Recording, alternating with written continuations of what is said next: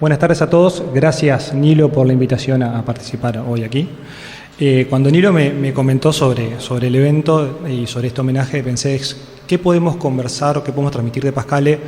Y si bien Silvia hizo un muy buen resumen de su vida académica y como funcionario, un poco Nilo me invitaba a reflexionar sobre cuáles eran la visión que Ricardo tenía del futuro y cuáles eran las últimas propuestas que Ricardo había dejado en sus últimos libros. Yo, al igual que Silvia, no lo conocí en persona, sí a través de sus libros, primero Decisiones Financieras, que me llevó a hacer un máster en finanzas, o sea que tuvo mucha incidencia, y después a través de los últimos dos libros, del Freno al Impulso y de El Uruguay que nos debemos. Entonces, un poco lo que los invito es a repasar esta última etapa del Ricardo divulgador y preocupado por el futuro, en algunos gráficos que saqué y algunas citas que saqué de sus últimos libros. Básicamente, lo que últimamente develaba a Ricardo en su faceta de divulgador era cómo había ocurrido que Uruguay hacia principios del siglo XX o hacia mediados del siglo XX tenía un nivel de ingresos similar a países desarrollados y cómo transcurriendo fines del siglo XX, principios del siglo XXI, eso había menguado. O sea, por ejemplo, Uruguay hacia 1952 tenía un ingreso un 13% más bajo que una economía desarrollada y duplicaba los ingresos de los otros países de América Latina. Y cuando uno ve lo que pasa en 2022, encuentra que la diferencia entre el ingreso de un uruguayo promedio es 130 veces más alto en una economía desarrollada y estamos mucho más cerca del barrio. O sea, en los últimos 70 años nos hemos alejado del mundo en términos de ingresos y nos hemos acercado al barrio en términos de ingresos, y eso era una de las cosas que a Ricardo en las últimas apariciones públicas lo develaba. Y un poco lo que me propuse es, bueno, ¿cómo arranca esta historia y qué tan importante es la política pública para esto y qué tenemos que ver para el futuro? Entonces hice algún ejercicio bastante sencillo que es, para no compararnos nosotros, comparé otros países y si vemos 20 años de buenas versus 20 años de malas políticas públicas al servicio del crecimiento económico. Y vemos que, por ejemplo, un argentino promedio hacia principios de los 90 era más rico que un polaco promedio y, sin embargo, 25 o 30 años más tarde es la mitad de rico. Lo mismo ocurre cuando comparamos, por ejemplo, Rumania, país de Europa del Este, que hacia 1990 salía de la Unión Soviética y de una dictadura, comparado con Venezuela. Venezuela eran significativamente más ricos y, sin embargo, 25 años más tarde las malas políticas los llevaron a otro lugar. Y para salir un poco de lo que tiene que ver con Europa y llevarlo a América Latina, encontramos que, por ejemplo, que era lo que desvelaba a Ricardo también, es República Dominicana, hacia el 2000, tenía la mitad del ingreso que un mexicano. Y 25 años más tarde ahora, un dominicano promedio es más rico que un mexicano. Entonces, esto era un poco de lo que Ricardo últimamente venía pregonando en su agenda de aparición pública.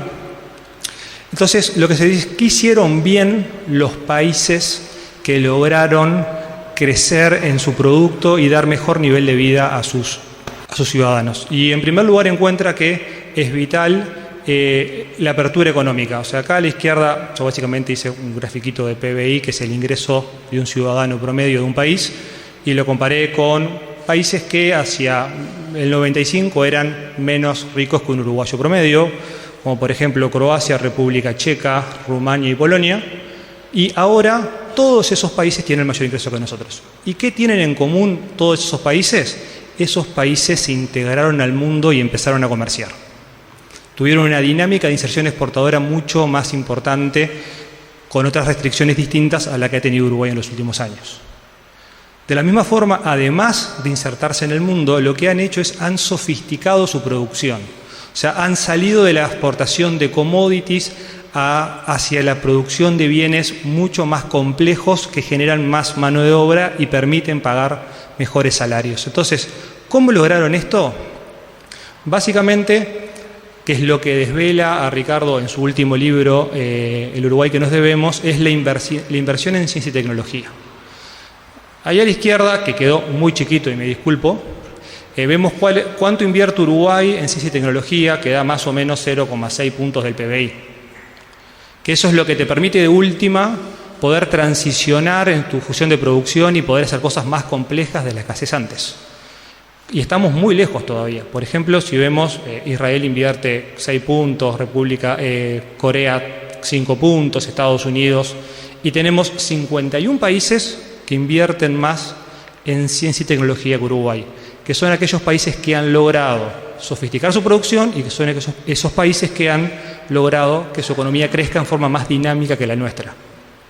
Y solo como ejemplo, porque no está ahí, China, por ejemplo, hacia el 95 invertía el 0,5% de su PIB en ciencia y tecnología, y hacia el 2000 era el país número 30, y en 30 años prácticamente multiplicó por 5 su inversión y pasó a ser la 14ª economía con más inversión en ciencia y tecnología.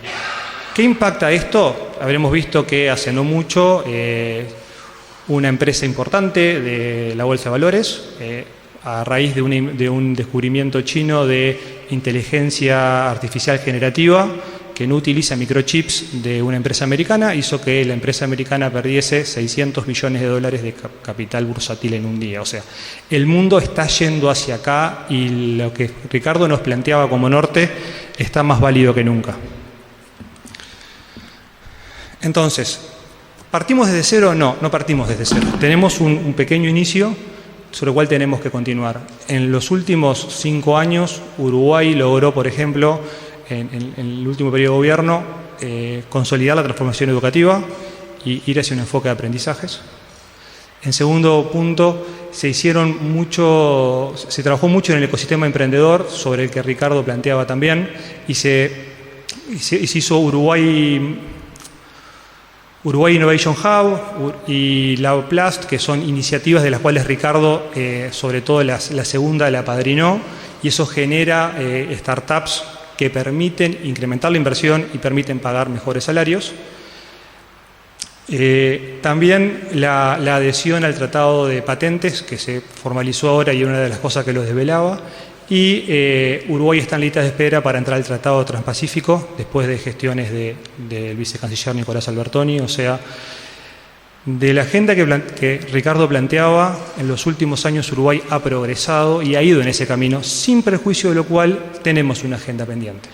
Y esa agenda pendiente implica, en primer lugar, que este proceso de transitar a la sociedad del conocimiento, como planteaba Silvia, vaya indefectiblemente de la mano de legitimidad de los actores que estén y que todos sean partes. O sea, va a ser un trabajo de muchos años, no va a ser de un periodo de gobierno, motivo por el cual es impostergable que esa agenda tenga la validez y la aprobación del mayor espectro posible, tanto político como social.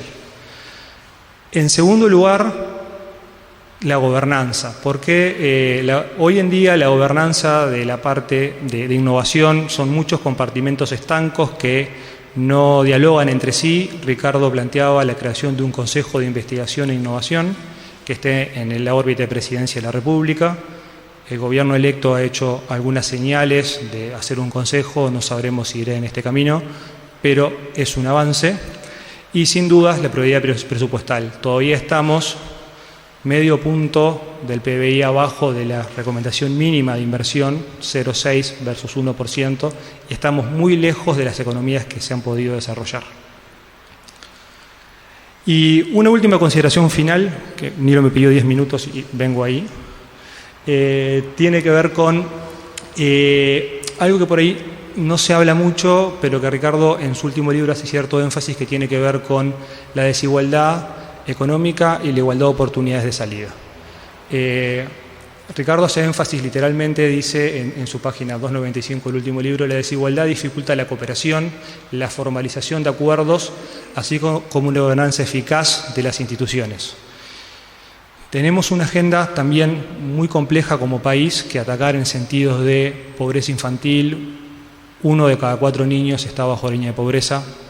Y de hecho, si vemos la desigualdad, también tiene que ver con la calidad democrática. Hay muchos estudios académicos que muestran que las sociedades desiguales son más propensas y son caldos de cultivo a populismos por lo cual también tenemos una agenda donde Ricardo nos planteó el norte y los invitamos a continuar.